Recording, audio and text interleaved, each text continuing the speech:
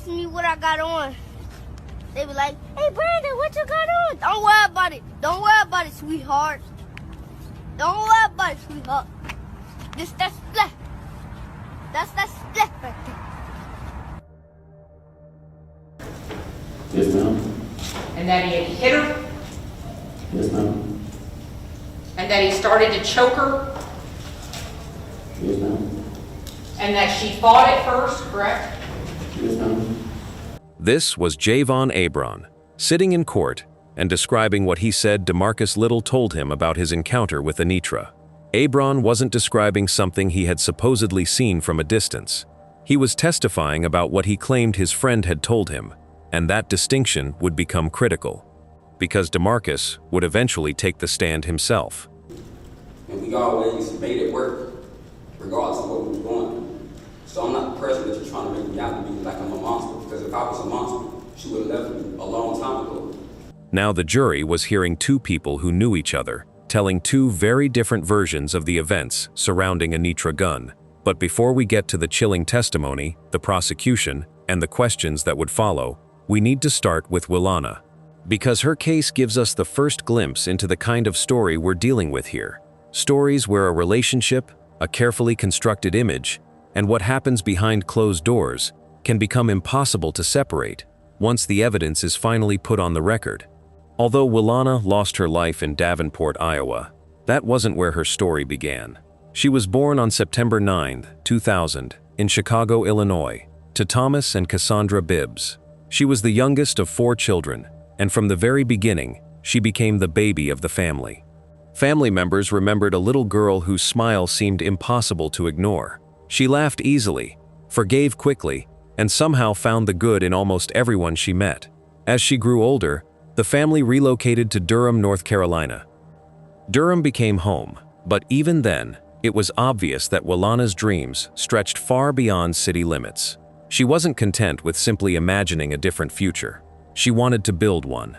Friends described her as outgoing, energetic, and naturally funny.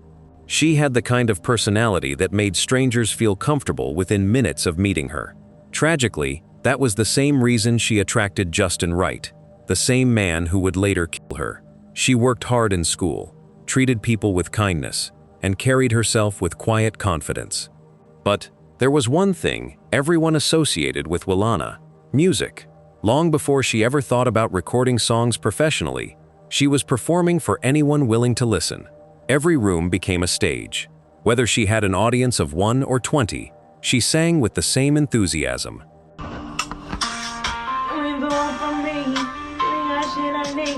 Want me to take my time with you. Maybe I'm not your speed. Maybe I'm not your lead. Maybe you ain't got no cheese. Maybe I'm just too G for you. Maybe I'm just too straight. I can't even roll these beats. Everybody notice me. It wasn't simply a hobby. It was the future she envisioned for herself. As she got older, those dreams only grew larger. She talked about becoming a professional recording artist, but she wasn't someone who believed success had only one path. She also considered becoming a nurse. Sometimes she talked about law school. Helping people mattered to her just as much as entertaining them. That combination of creativity and ambition made people believe she could succeed at almost anything she chose. Her mother, Cassandra, often described her as someone incapable of holding grudges. Even after disagreements, Willana would usually be the first person to forgive. It was one of her greatest strengths. Unfortunately, it would also become one of her greatest vulnerabilities, because people with good hearts often assume others have good intentions too. By 2019, Willana was already beginning to make a name for herself. She competed in the Miss Black Georgia pageant, proudly representing herself and her community. Eventually, like countless young artists before her, she made the decision to move to Atlanta, Georgia. For aspiring musicians, Atlanta represented possibility. Record labels, studios, producers. Every year, thousands of talented artists moved there believing it would be the place where their careers finally took off. Willana believed the same. She hoped the city would introduce her to people who could help turn years of practice into a real career. In many ways, it did, just not in the way she imagined. Sometime after arriving in Atlanta, Willana met Justin Wright. He was 11 years older than she was. At 31, Justin already had a reputation in the music business. He had founded Camp Entertainment Worldwide years earlier and had accumulated songwriting credits alongside well-known artists including Timbaland, Rick Ross, Future, DJ Khaled, Bow Wow, Nipsey Hussle, Cash Doll, and others. On paper, he looked exactly like the person a young aspiring singer would hope to meet. He had connections, experience, and industry credibility. And perhaps most importantly, he knew exactly how to sell a dream. But there was another thing about Justin. When Willana first got to Atlanta, she had met Ann. Ann carried the kind of pain that comes from years of struggle, the kind that makes even small kindness feel rare. At the time, Ann's little girl Jayla was about to turn 2, and she needed someone to do her hair. She asked Willana, and that simple favor turned into the start of a bond neither of them expected. That same day, Willana also met Jayla's father, Justin Wright. From then on, she and Justin grew close. But unlike most men who try to hide behind a clean image, Justin didn't pretend. He was upfront about who he was. In an interview with Mo Clark, Justin sat in front of the camera and admitted it himself. He had been arrested for 26 violent felonies. He even laughed, saying fighting was his favorite thing to do. I'm so honest about it. Like I've been arrested for 26 violent felonies. Oh my God. All violent. Who are you fighting? Everyone. I love to fight. It's my favorite thing to do. That is my problem. And I'm one of those people that really stand. You are on not what a I true believe. light-skinned person because they No, don't I'm be not. trying to get dirty Listen, I and am fight. light-skinned with dark-skinned tendencies. Okay, I got you. I don't act nothing like anybody else that look like me. I like follow to fight. you. I do all bad things on accident, but it's because I stand for things though. So Okay, I can see that. I'm gonna protect my family and my friends at all costs, no matter what that means for me. The way he spoke, almost proud of it, showed the kind of man Willana was stepping into the orbit of. For someone chasing dreams in Atlanta's music scene, his connections had appeal, but so did the danger. Justin liked to say he stood for things, but in his own words, that meant doing all bad things on accident. He wore it like a badge of honor, something that made him interesting. Anne knew exactly what those words meant in real life. She had lived it. She had spoken openly about the control, the manipulation, and the violence that left her in a neck brace and permanently damaged her vocal cords. Listening today, those comments feel less like empty bravado and more like a warning, one that was hiding in plain sight. But to Willana, it may have felt like everything was finally coming together. She had moved to Atlanta, searching for opportunity. Now she was dating someone who appeared capable of opening doors few people ever get the chance to walk through. Her family remembered her sounding excited, hopeful, optimistic about both the relationship and what it could mean for her future. But appearances can be deceiving. As their relationship continued, the glamorous image Justin had presented began to disappear. Family members later said Willana gradually became more isolated. Justin reportedly monitored who she spoke with. He discouraged her from staying active on social media. He wanted more and more control over her daily life. At first, those changes may have seemed subtle, but controlling relationships rarely become dangerous overnight. They usually happen one small step at a time. A suggestion becomes a demand, a request becomes a rule, concern becomes surveillance. Before long, Willana's family began noticing that the young woman they knew seemed increasingly difficult to reach. And then something happened that convinced them she was in real danger. One day, during an argument while they were riding together in a vehicle, Justin's behavior became so frightening that Willana made an unimaginable decision. Rather than remain inside the car, she jumped out while it was still moving. Afterward, she did what many victims do when the danger finally becomes impossible to ignore. She called home. Crying, she told her father what had happened. For Thomas and Cassandra, it confirmed the fears they had quietly been carrying for months. They pleaded with their daughter to leave Justin, to come back home, and to put as much distance between herself and him as possible. From the outside, the decision seemed obvious, but abusive relationships rarely look the same from the inside. By then, Justin wasn't just her boyfriend. He had positioned himself as the person who controlled access to the future she wanted most. He was older. He had connections in the music industry. He had promised he could help launch her career. At the same time, according to her family, He constantly criticized her, monitored her relationships, and slowly convinced her that she needed him. That combination can become incredibly powerful.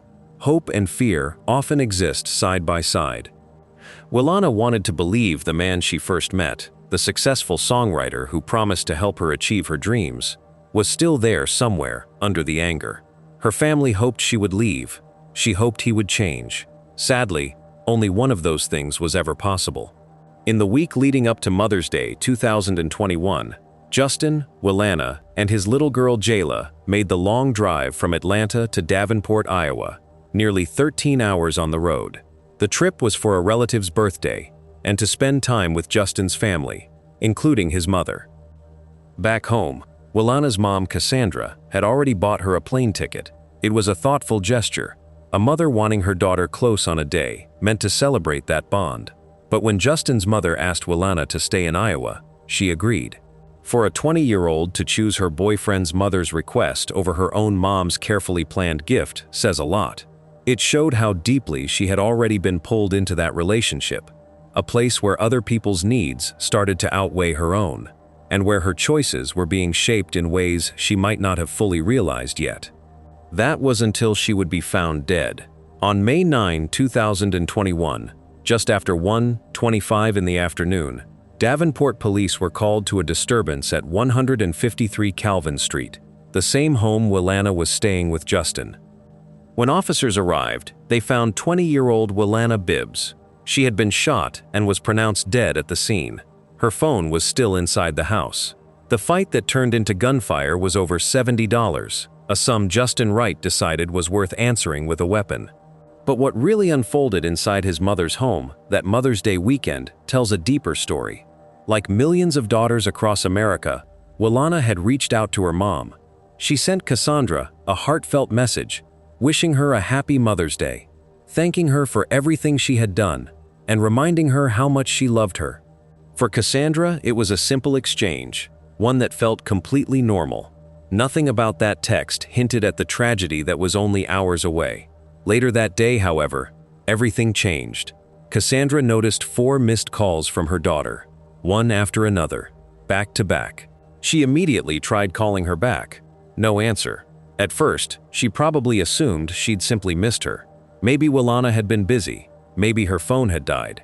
Maybe she'd call again later. Parents make those kinds of assumptions every day, because the alternative is almost impossible to imagine.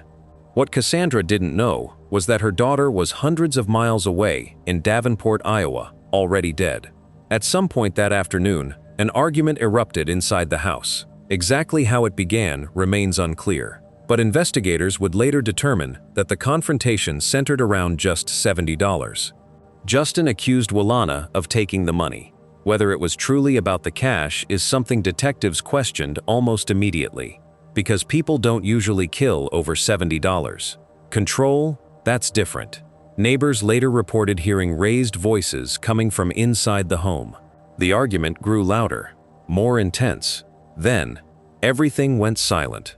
When investigators secured the scene, they expected what every homicide investigation begins with: finding the suspect. Instead, the suspect was already there. Justin Wright remained inside the home when officers arrived. Police took him into custody without incident. He was arrested that same day, booked into Scott County Jail, and held on a $500,000 bond. He entered a plea of not guilty. Sitting in a jail cell across from detectives, Justin Wright spent hours talking. He spoke about his PTSD, his relatives in the ICU. He mentioned the birthday party he missed, his strained relationship with his mother, siblings, and grievances with Anne. Doesn't make them happy. And my mom always says that my sister is jealous of me, and I know my brother's jealous of me. I don't even have to ask him on that. He talked about everything, except Willana, the same woman he had killed. When asked who Willana Bibbs was, his response was chillingly dismissive. "Wana is a girl that was Anne's friend that I was messing with for a second." That was how he described her. Not as a young woman whose life had been taken, not as someone with dreams or a mother waiting for her call, just a girl he messed with. Who is Willana Bibbs? Willana is a girl that was Anne's friend that I was messing with for a second, and then I found out she was Ann's friend, and I stopped talking to her, and my mom really liked her, and they still be talking. He claimed she had sent him $1,200 through Apple Pay, money he insisted she owed him. He admitted meeting her through Ann, referenced a threesome, and brushed her off as someone he hadn't known long. He called her Willie, said his mother liked her, and added that she had been involved in crazy stuff with Ann. Justin told detectives he was loading his car to leave when police arrived, explaining that his computer was still on the stairs and he was just finishing packing. Yet through all his words, he never once acknowledged that a 20-year-old woman lay dead inside his mother's house. He never cried for her. He never spoke her name with grief. Instead, he painted himself as misunderstood, overwhelmed, and surrounded by people conspiring against him. He shifted blame to Ann, to his mother, to others he claimed had wronged him. At one point, he said, "I'm sorry. The room is spinning for me right now. I'm hearing so many voices in my head. I'm trying my hardest to answer all your questions."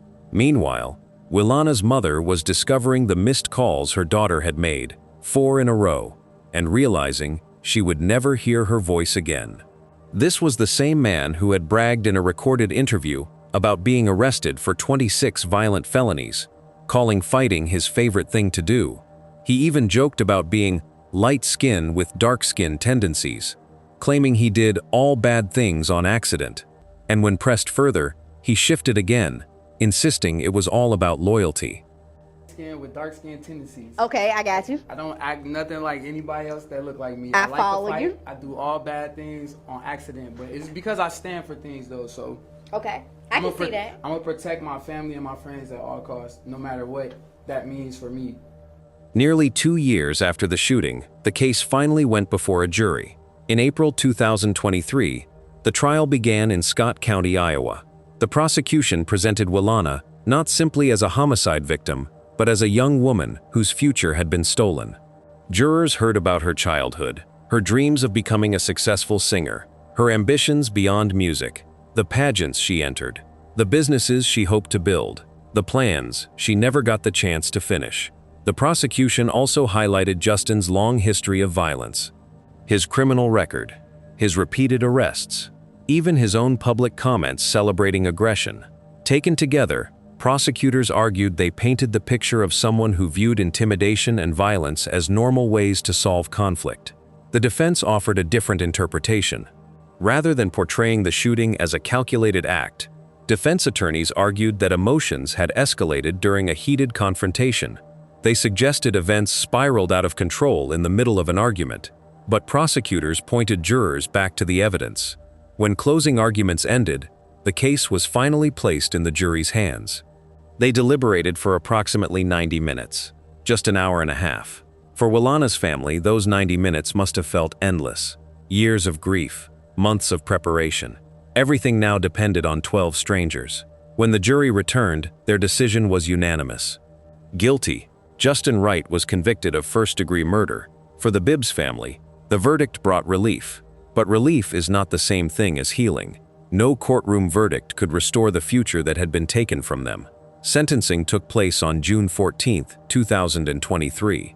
Under Iowa law, a conviction for first-degree murder carried only one possible sentence: life in prison without the possibility of parole. The judge had no discretion. As the sentence was announced, Justin stood quietly. He offered no apology, no explanation, no acknowledgement of the life that had been lost. For Willana's loved ones, that silence spoke volumes. As deputies escorted him from the courtroom, his mother reportedly asked if she could say goodbye to her son. The request was denied, and Justin was led away to begin serving a sentence that would keep him behind bars for the rest of his life. Justice had been served, but justice could never erase loss. And that is where this story takes a different turn. Because by the time Willana's case reached a courtroom, the relationship at the center of it had already become part of a criminal investigation. However, Anitra Gunn's story begins before any jury would hear those details.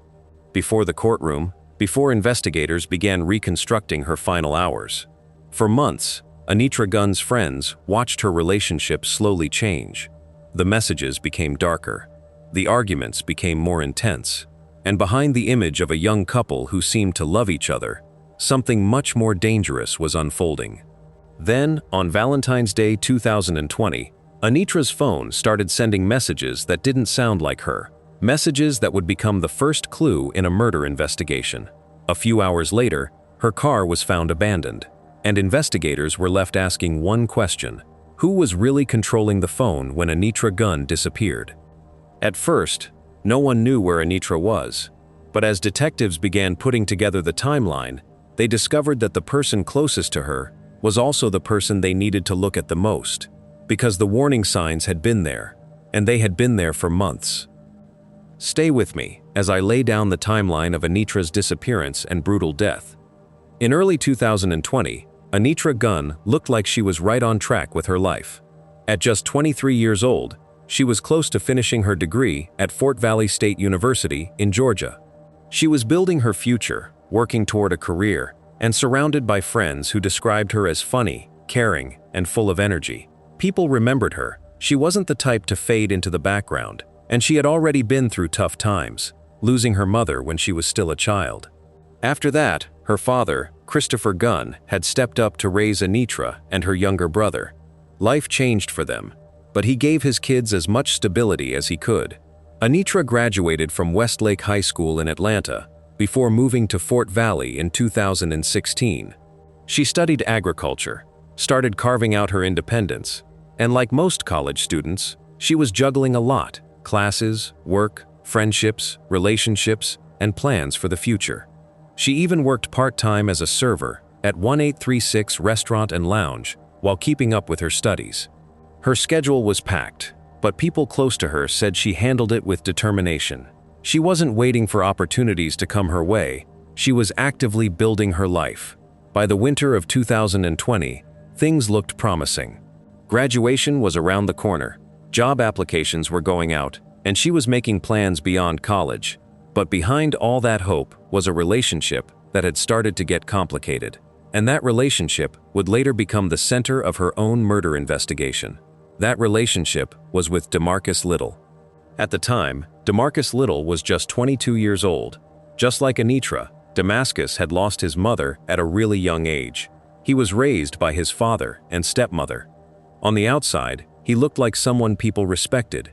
He was a young Army sergeant, disciplined and focused.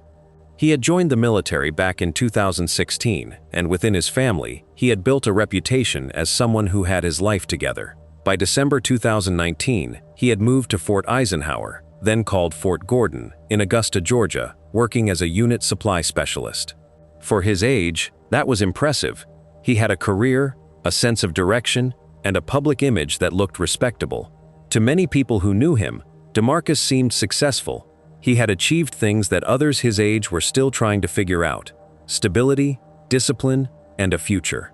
His family spoke highly of him, describing him as kind, responsible, and not the type to show violent behavior.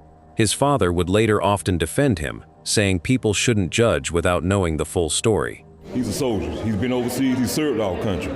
He's a good kid. From the outside, it was easy to see why some believed that.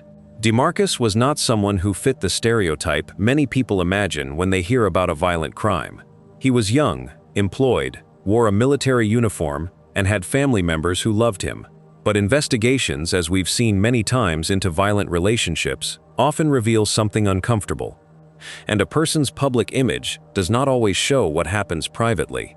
As investigators began looking deeper into Anitra and DeMarcus's relationship, they discovered a very different picture. Most importantly, a behavior that Anitra herself had described as frightening. On Valentine's Day, February 14, 2020, everything started out normal. But within hours, Anitra's friends realized something wasn't right. Sierra Stewart would later recount in a courtroom what had happened that morning. Happy Valentine's Day. That morning, her best friend Sierra Stewart had woken up to messages from Anitra's phone. At first, it looked like a regular conversation. Valentine's Day greetings. Nothing unusual. But then the tone shifted.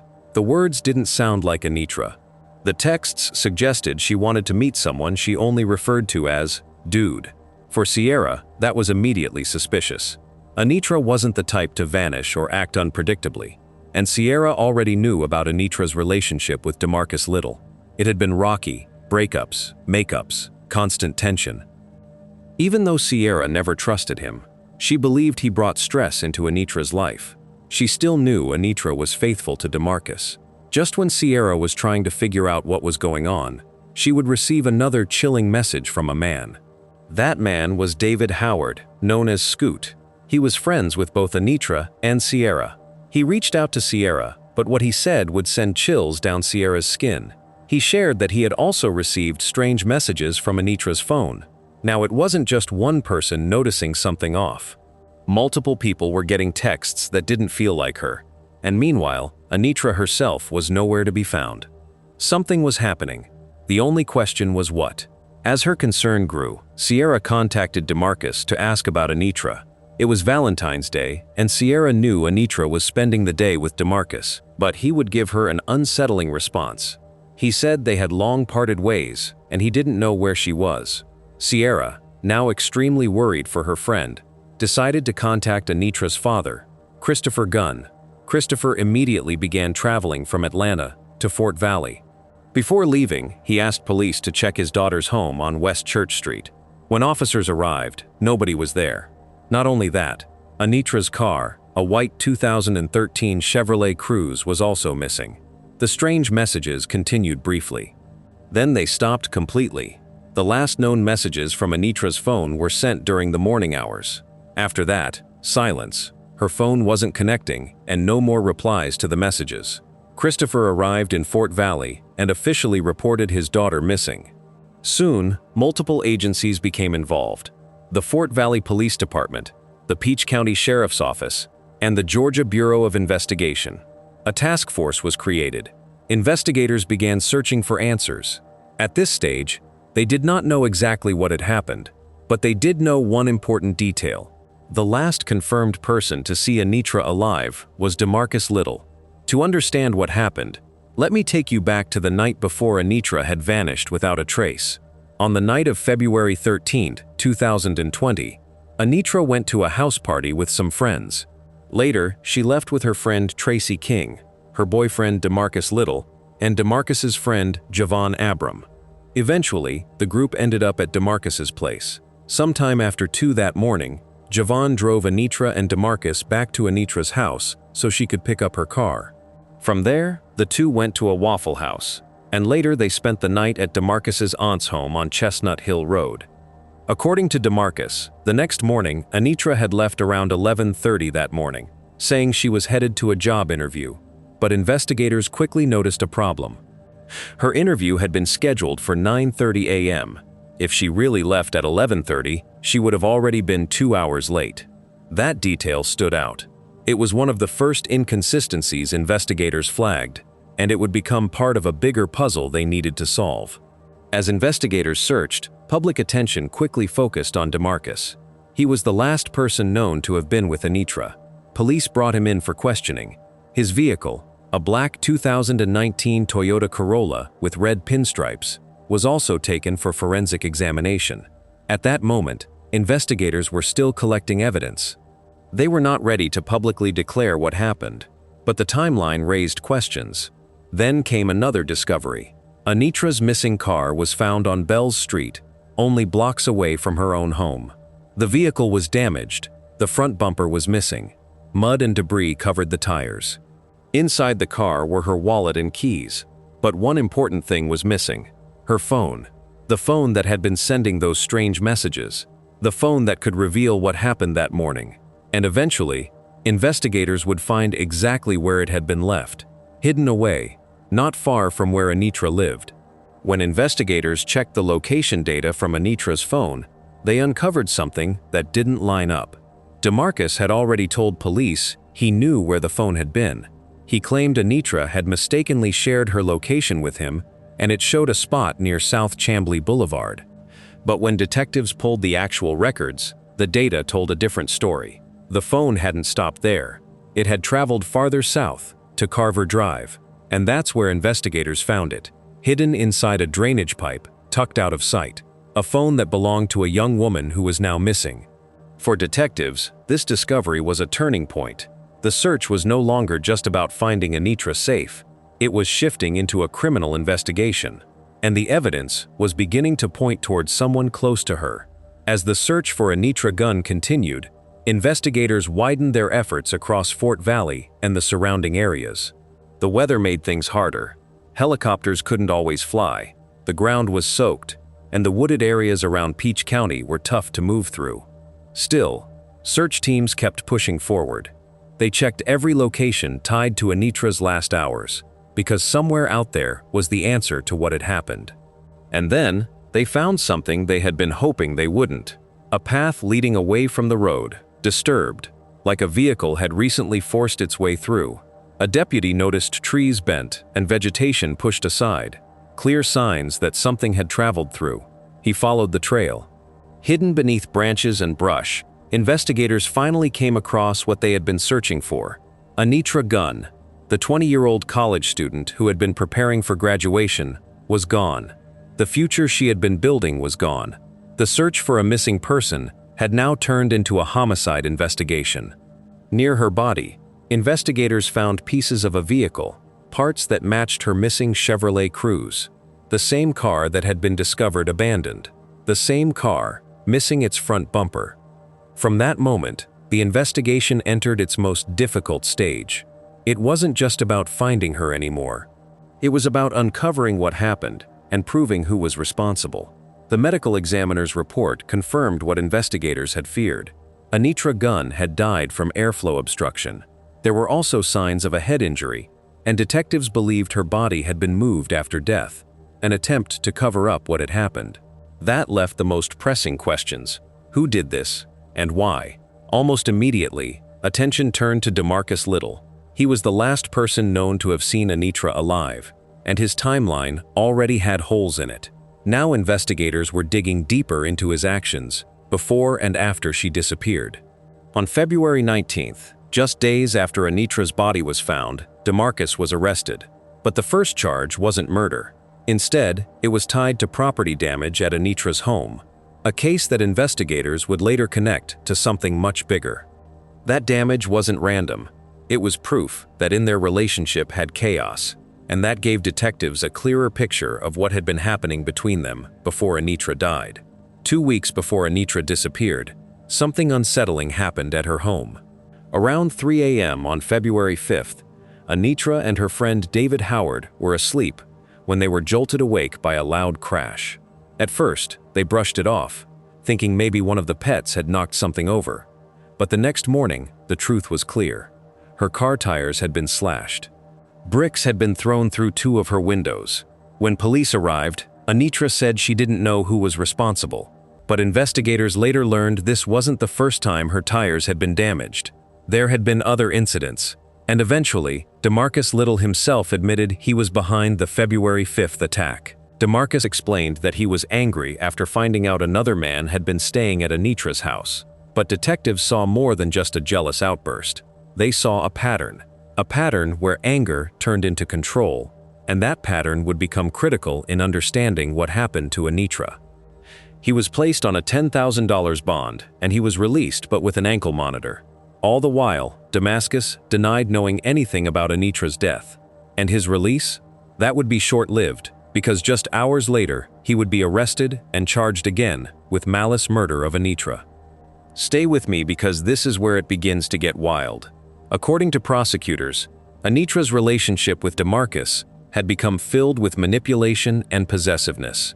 Messages between Anitra and DeMarcus, later shared in court, became some of the most important evidence in the case.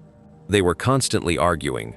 Anitra had even attempted to stay away from DeMarcus, and repeated efforts by DeMarcus to pull her back into the relationship. One message from Anitra described being tired of the way he treated her. She told him that every time they spoke, she felt manipulated. She wanted space. She wanted the relationship to end. But according to prosecutors, DeMarcus refused to let go. At one point, after Anitra attempted to distance herself, DeMarcus threatened to harm himself. According to prosecutors, this became another way to keep her emotionally connected. Anitra, still worried about DeMarcus, had reached out, trying to make sure he was okay. Communication between them picked back up, but the problems didn't go away. In fact, prosecutors later argued that his behavior only escalated. On Anitra's birthday in November, DeMarcus had sent her messages that prosecutors described as threatening. He warned her about another man he believed she was seeing. Then he went further by sending her a screenshot of a message he claimed he had sent to someone else, offering $200 to hurt Anitra's alleged date. He told her, "We're going to have problems if you go out with him." That screenshot became evidence. It showed just how far his anger had gone, and according to prosecutors, these weren't isolated moments. They were warning signs, signs of a relationship that was becoming increasingly dangerous, where jealousy and control were starting to cross into threats and violence. After Anitra disappeared, one of the biggest questions investigators faced was, who had her phone? Because the messages sent from her device did not match her personality. One of the most important witnesses was David Scoot Howard. Scoot lived close to Anitra. In fact, he lived only a few houses away from her. He also worked near her restaurant. On the morning of February 14th, he realized he may have left a second phone at Anitra's house the night before. So he contacted her. He expected a normal response. Instead, he received something strange. The person using Anitra's phone asked him to send his location. They claimed Anitra would drive over to him, but Scoot immediately knew something was wrong. Anitra knew where he lived. She did not need directions, and she would never normally ask him for his location like that. Then the messages became even stranger. The phone appeared to be trying to create the impression that Anitra and Scoot had some kind of romantic relationship. But they did not. They had only spent time together a few times. They were barely beginning to know each other. Scoot became uncomfortable. He then called Anitra. She did not answer. Instead, more messages came from the phone. Eventually, the person using Anitra's phone said they were on their way. Scoot stepped outside, and then he saw something. A black Toyota Corolla with red pinstripes. The car drove around his neighborhood. Once, twice, again and again. 5 or 6 times. Something was wrong. Scoot immediately became concerned. He contacted Sierra Stewart and sent her the license plate number. And if you guessed, the plate belonged to DeMarcus Little, then you're right. As investigators continued building their case, they received information from someone they originally considered close to DeMarcus. The prosecution's key witness had once been one of DeMarcus's closest friends, but by the time of trial, he was testifying against him. Javon told jurors that DeMarcus had confessed. He described a conversation where DeMarcus allegedly explained what happened after an argument with Anitra. According to Javon, DeMarcus said he had been expressing his feelings to Anitra. He told her how much he loved her. He described them as soulmates. But according to the testimony, Anitra laughed. And that moment changed everything. Javon claimed DeMarcus said he lost control, that he grabbed Anitra and attacked her, and that eventually she stopped fighting. At first, she was trying to fight back or whatever, but then he was like, at a point in time, she just stopped fighting. The confession, if believed by the jury, gave investigators a direct explanation of what happened inside the house. But there was more. Javon also described what happened afterward. He just told me, he just somebody, and it's like, if I move wrong, I'm gonna be fighting for my life. If I take any wrong step, I'm gonna be fighting for my life. And that story would connect multiple pieces of evidence investigators had already discovered. According to Javon's testimony, DeMarcus placed Anitra's body in her own vehicle. He then drove away from the area. During that drive, the rough terrain damaged the vehicle. The front bumper came out. Eventually, the vehicle was brought back near Anitra's home. The missing bumper became a critical piece of evidence, because investigators later found pieces of that bumper near where Anitra's body was discovered. Javon also claimed DeMarcus disposed of Anitra's phone in a drainage pipe, the same location investigators later found it. For prosecutors, these details mattered. They argued that the physical evidence matched Javon's account: the phone, the vehicle damage, the location data, and most importantly, the witness testimony. All of it created a timeline that investigators believed showed exactly what happened. But DeMarcus Little had a different explanation, and soon, he would have the chance to tell his side of the story in court. In March 2022, more than 2 years after Anitra Gunn's death, DeMarcus Little stood trial inside a Peach County courtroom. From the outside, the story seemed straightforward. A young woman vanished, her boyfriend was the last person to see her alive, and the evidence appeared to connect him to the crime.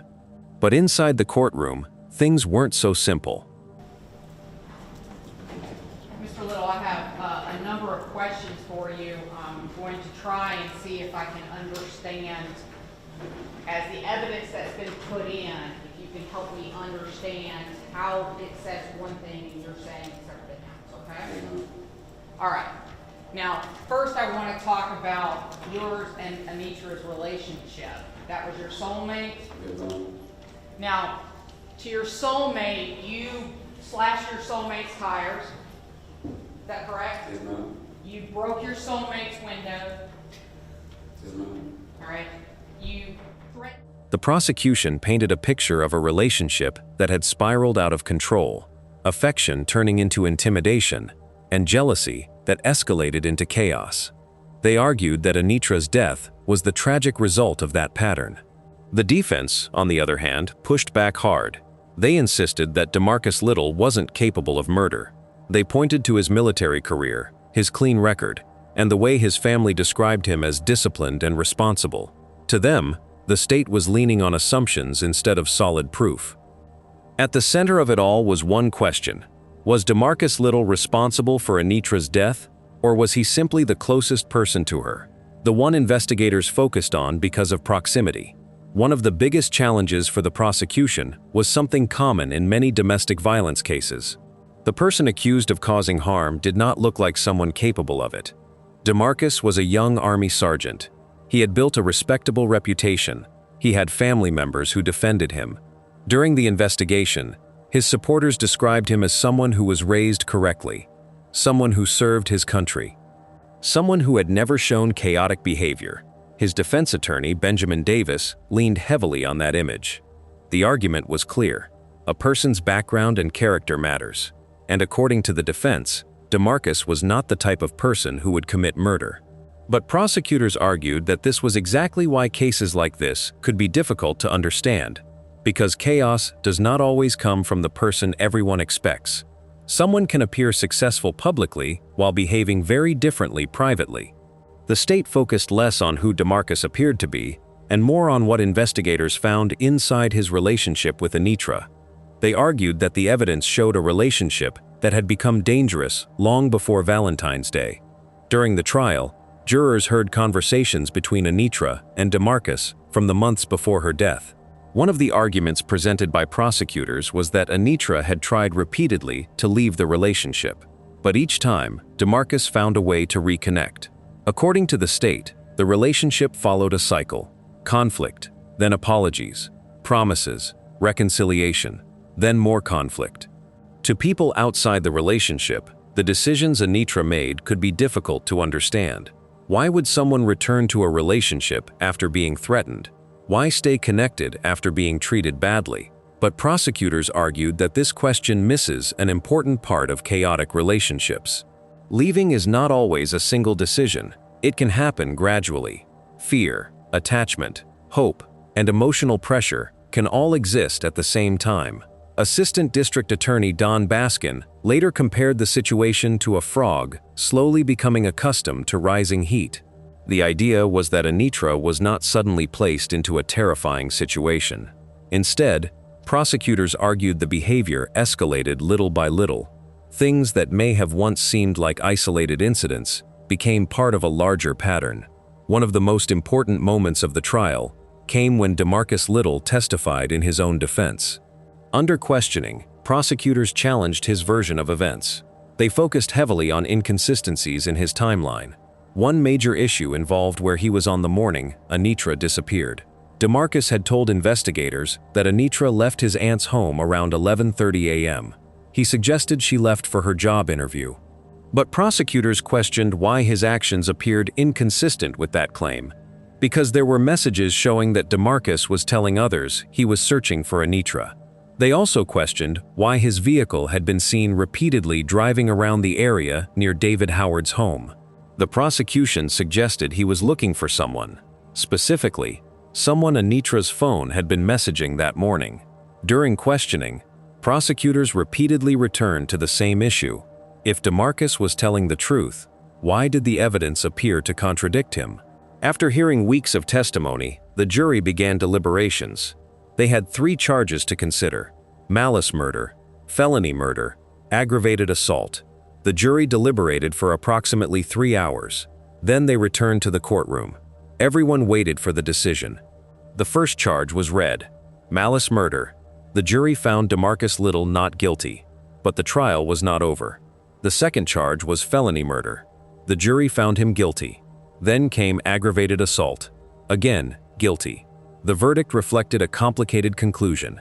The jury did not find that prosecutors had proven every element required for malice murder beyond a reasonable doubt, but they did find DeMarcus responsible under felony murder and aggravated assault charges. The courtroom had its answer, but for Anitra's family, no verdict could undo what had been lost. Prosecutors requested the strongest possible punishment.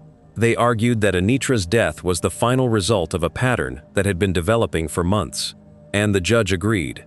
In March 2022, DeMarcus Devontae Little was sentenced to life in prison without the possibility of parole. A future that once seemed full of opportunity had ended with a courtroom sentence. A college graduate preparing for her next chapter was remembered instead through a criminal case. It is easy for stories like this to become only about the person accused, the courtroom arguments, the evidence, the verdict. But at the center of this case was a person who had dreams beyond what happened to her. Anitra Gunn was a daughter, a friend, a student. Someone who had worked hard despite losing her mother at a young age. Someone who was close to graduating and beginning the next stage of her life. Her story is not only about the final days before her death, it is also about everything that came before, the moments that made her who she was. Because when someone becomes the subject of a crime documentary, it can become easy to forget that they were once simply living their life. Anitra Gunn's story ended with answers, though they were painful ones. Her killer, DeMarcus Little, was arrested, tried, and sentenced to life in prison. For her family, the conviction brought some measure of justice, even if it could never bring her back. But not every case finds closure. When we turn to the story of Tiffany Wade, the difference is striking. Tiffany was gunned down in broad daylight inside a Philadelphia barbershop. Police quickly named a suspect, Armand Hilton, but he vanished, and to this day, he has not been caught. Philadelphia has long been known as one of America's most historic cities. Its neighborhoods are filled with families who have lived there for generations, small businesses that serve as community gathering places, and residents who look out for one another. Tiffany Wade was exactly the kind of person who embodied that community spirit. People remembered her not only as beautiful, but because she made everyone around her feel seen. One of the clearest examples of Tiffany's giving spirit came through her bond with her father. On his birthday, she decided to surprise him in a way he would never forget. Tiffany presented him with a giant check worth $10,000, capturing the moment on camera to share later. It wasn't about showing off wealth or status. It was about love, gratitude, and honoring the man who had always stood by her side. That gesture reflected who Tiffany was, someone who believed in giving back, not just to her community, but to the people closest to her heart. She had an infectious smile, an outgoing personality, and a reputation for helping others whenever she could. But long before she became well known in Philadelphia's social circles, Tiffany was simply a young girl growing up with big dreams. At just 20-year-old, she had graduated from Methodist Hospital Nursing School, becoming one of the youngest graduates in her class. Friends still remembered her joking about being old enough to administer medication, but not old enough to legally have a drink. It was classic Tiffany. Nursing wasn't just a career for her, it became part of who she was. But Tiffany wasn't content with succeeding in just one area of life. She possessed an entrepreneurial spirit that pushed her to pursue opportunity after opportunity. Over the years, she became involved in several businesses, building a reputation as someone who wasn't afraid to work hard for everything she achieved. She ventured into home healthcare services, invested in real estate, worked in the beauty industry, and eventually opened businesses centered around hair care and wellness brands. Each success seemed to motivate her to reach even higher. Tiffany was a mother to 3 children. Her social media pages regularly featured moments celebrating birthdays, school achievements, vacations, and simple everyday memories. She wasn't chasing success for herself alone. She was building a future for her children. People naturally gravitated toward her. She loved fashion. She enjoyed traveling. To many people, Tiffany appeared to have built the life she'd always dreamed about. Unfortunately, not everyone was happy to see her succeed. Years earlier, Tiffany had met a man named Armand Hilton. Friends knew him by another name, Speedy. Unlike Tiffany, Armand's life had followed a much different path. He grew up surrounded by crime and instability, eventually finding himself involved in serious criminal activity at a young age. Over the years, he accumulated arrests involving theft, illegal drug offenses, robbery, and other chaotic crimes. One of the most serious incidents connected him to the kidnapping of a teenage boy alongside his other accomplices. Eventually, those choices caught up with him. He was sentenced to prison. By the time Tiffany entered his life, Armand carried years of emotional baggage, legal problems, and unresolved anger. Still, Tiffany believed people deserved second chances. Those who knew her say she often saw the good in people others had already given up on. It's one of the qualities that made her so compassionate. It also made her vulnerable. Despite their different backgrounds, Tiffany and Armand formed a relationship. At first, things appeared promising. Armand admired Tiffany's ambition and confidence. Tiffany believed he genuinely wanted to rebuild his life after prison. For a while, it seemed possible. The couple built a future together, sharing dreams of financial success and stability. They explored business opportunities, invested in property, and worked toward creating a comfortable life. On the surface, everything looked encouraging. But beneath that image, something was already boiling. Money became a constant source of conflict. Arguments that once ended with apologies gradually became more frequent, then more intense. Friends later described Armand as increasingly insecure. He struggled with feelings of inadequacy, especially as Tiffany's professional success continued to grow. Instead of celebrating her accomplishments, he sometimes viewed them as reminders of his own failures. That resentment quietly began to build. Prison only made things worse. When Armand was sent to prison, Tiffany suddenly found herself carrying the responsibilities of everyday life alone. She continued raising her children. She continued running businesses. She continued working. While Armand remained behind bars, Tiffany slowly rebuilt her life without depending on him. And somewhere during those years, she realized she couldn't continue living the same way forever. Meanwhile, Armand had a lot of time to think while he was behind bars. But according to people who knew the situation, those years didn't bring, they only seemed to deepen his resentment. While Tiffany rebuilt her life on the outside, he remained fixated on what he believed he had lost.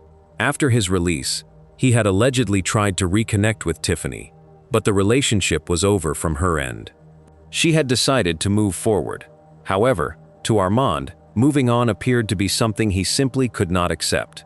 Tiffany, on the other hand, was beginning to change. She wasn't attending as many social gatherings as before.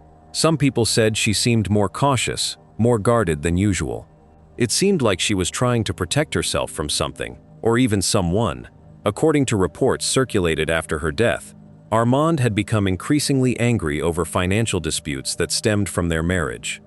Now here's where things took a sharp turn. Armand had come into a large sum of money, but the source was never clearly explained. That alone raised eyebrows. Was it clean money, or tied to something shady? Hoping to secure his future, he invested in real estate, but instead of using his own name, he put everything under Tiffany's. That decision placed her in a risky position. If the money was connected to anything illegal, she could easily be dragged in as an accomplice, something she wanted no part of. Eventually, Armand was arrested again on undisclosed charges. For Tiffany, that was the breaking point. Feeling isolated and unwilling to stay tied to his criminal past, she filed for divorce while he was still behind bars. As a mother, she may also have feared the kind of influence his lifestyle could have on their child. When Armand was released, he didn't see it as survival or self-protection. He saw it as betrayal. While Armand was serving his sentence, he had trusted Tiffany to manage the properties in her name. But by the time he got out, everything had changed. She had moved on, remarried, and embraced a new life. For Armand, this wasn't just about losing a partner. It felt like a personal rejection and, just as importantly, a loss of control over assets he believed were his. He demanded that Tiffany remove her name from the properties and hand ownership back. She refused. Instead, she leaned fully into her new chapter, openly sharing happy moments with her husband on social media. Those public displays of joy only fueled Armand's anger, making him feel not just betrayed, but replaced. Whether motivated by money, jealousy, or both, investigators believed his resentment continued to grow. People close to Tiffany said she refused to return to the relationship despite repeated pressure from Armand. Before her death, Tiffany had shared troubling messages online, hinting that she didn't feel safe. At the time, few understood how serious her fears really were. What seemed like ordinary words of worry would later take on a chilling weight. According to investigators, he had repeatedly contacted her, confronted her, and struggled to accept that she had chosen to move on. For Tiffany, leaving had been an act of survival. For Armand, prosecutors would later argue, it became an obsession. The situation reached a breaking point during the first week of October 2024. On October 7th, Tiffany took her young son to a neighborhood barbershop on the 2500 block of West Lehigh Avenue in North Philadelphia. It was supposed to be an ordinary afternoon. The barbershop was busy, with customers waiting, barbers working, and conversations filling the room. Children sat alongside parents while clippers buzzed in the background. No one inside had any reason to believe chaos was only moments away. Tiffany sat with her son as he prepared for a haircut. Witnesses described her as calm, smiling, and interacting normally with everyone around her. However, outside, someone had been watching her. Police later alleged that Armand had tracked Tiffany's movements before arriving at the barber's shop. Just before 2 that afternoon, the atmosphere changed instantly. The front door opened. Armand Hilton walked inside. Almost immediately, people sensed something was wrong. Witnesses later recalled that he appeared focused on Tiffany and ignored everyone else in the shop. As he approached, Tiffany recognized him. According to witness accounts presented by investigators, she instinctively moved closer to her son. Some believed an argument was about to begin. Instead, the confrontation escalated within seconds. Witnesses said Armand began shouting accusations at Tiffany, blaming her for destroying his life and accusing her of taking everything from him. Tiffany reportedly tried to calm the situation. She pleaded with him to leave. Others inside the barbershop watched helplessly, unsure whether to intervene or call for help. Then, everything happened almost instantly. According to prosecutors, Armand reached into his clothing and produced a handgun. The sight of the weapon sent people scrambling for cover. Witnesses later said she positioned herself between Armand and her young son, instinctively trying to protect him. Moments later, gunfire erupted. When the shooting stopped, Tiffany collapsed to the floor after suffering multiple gunshot wounds. Panic spread through the business. Several people rushed toward Tiffany, while others immediately dialed 911. Employees attempted to comfort her son, who had witnessed the horrifying attack unfold in front of him. Despite desperate efforts by first responders, Tiffany's injuries were catastrophic. She was pronounced dead at the scene. She was just 40 years old. The lively neighborhood barbershop had transformed into an active homicide scene within minutes. Because numerous people had seen the shooting, investigators rapidly identified the alleged gunman as Tiffany's ex-boyfriend, Armand Hilton. Authorities immediately launched a manhunt. Sadly, Armand was never found. According to police, the evidence consistently pointed toward a targeted attack rather than a random act of violence. The homicide shocked Philadelphia. Residents struggled to understand how a respected nurse, entrepreneur, and mother could be killed in broad daylight inside a neighborhood business while her own child watched. For Tiffany's family, however, the criminal case was only one part of their reality. Their greatest concern became Tiffany's children. Her youngest son had witnessed the attack firsthand. Mental health professionals often explain that children who witness severe violence may experience long-term emotional effects, including anxiety, depression, nightmares, or post-traumatic stress symptoms. While every child responds differently to trauma, experiences like these can require years of support from family members, counselors, and other trusted adults. Tiffany's loved ones expressed hope that her children would eventually find healing, despite the unimaginable loss they had suffered. Tiffany's family, especially her father, stepped forward demanding justice. They insisted no one should ever have to endure such pain. In interviews, her loved ones expressed disbelief. How could someone who had already served time, someone given another chance, cause such devastation? As of this recording, the search for Armand Hilton is still ongoing. Authorities have announced a $20,000 reward for information leading to his arrest, but Hilton remains on the run. With his violent past, investigators are treating the case with the highest urgency. But while Tiffany's family was still reeling from grief, another tragedy struck. Just 2 days later, on October 9, 2023, Shante Whitaker, the mother of one of Armand's children, was killed in what looked like a drive-by shooting. At first, police thought it might be random, but suspicions quickly grew that Shante's death was connected to Tiffany's murder, casting a chilling shadow over both cases. Shante was only 34 years old. She lived quietly, far from crime, and was remembered by her great-grandfather, Josh Whitaker, as someone who never strayed into wrongdoing. The horror of that day was magnified by her daughter's presence. The little girl, hiding in the bathroom when shots rang out, came out moments later to find her mother's lifeless body, a sight no child should ever face. Meanwhile, Tiffany's family tried to honor her legacy by supporting her children. Her youngest son, who had witnessed his mother's murder, carried deep scars from the trauma. Relatives rallied around him, determined to provide love and stability in the wake of unimaginable loss. Her siblings turned to social media and community gatherings to share their grief. They voiced frustration that Hilton had been released on bond despite his violent history. Their pain raised a larger question: should repeat offenders with dangerous records ever be allowed back into society on bond? For Tiffany's family, the answer was clear. Her life should never have been put at risk again.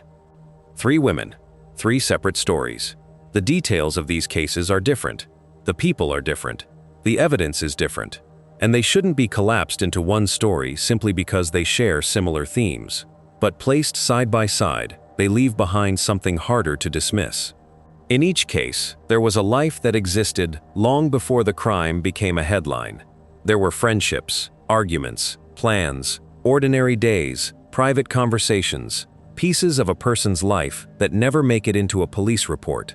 Then, something changed. And once the investigation began, those ordinary moments were pulled apart and examined for clues. That's the part that can be difficult to understand. A murder investigation doesn't begin when the courtroom doors open. It begins much earlier. Sometimes it begins with a message someone thought was strange. Sometimes with an argument that nobody realized would be the last. Sometimes with a friend noticing that someone they love doesn't seem quite like themselves anymore. And sometimes the warning only becomes obvious after the person is gone. That's what makes these stories so difficult to leave behind. Not simply the question of who was responsible, not even the question of whether justice was eventually reached, but this one: how many moments in a person's life only become warnings after we already know how the story ends? Because once you know the ending, every message looks different. Every argument sounds different. Every unanswered call feels heavier. But the people living through those moments didn't have the luxury of knowing what came next. They were simply living their lives. And that's the part that no verdict can ever restore.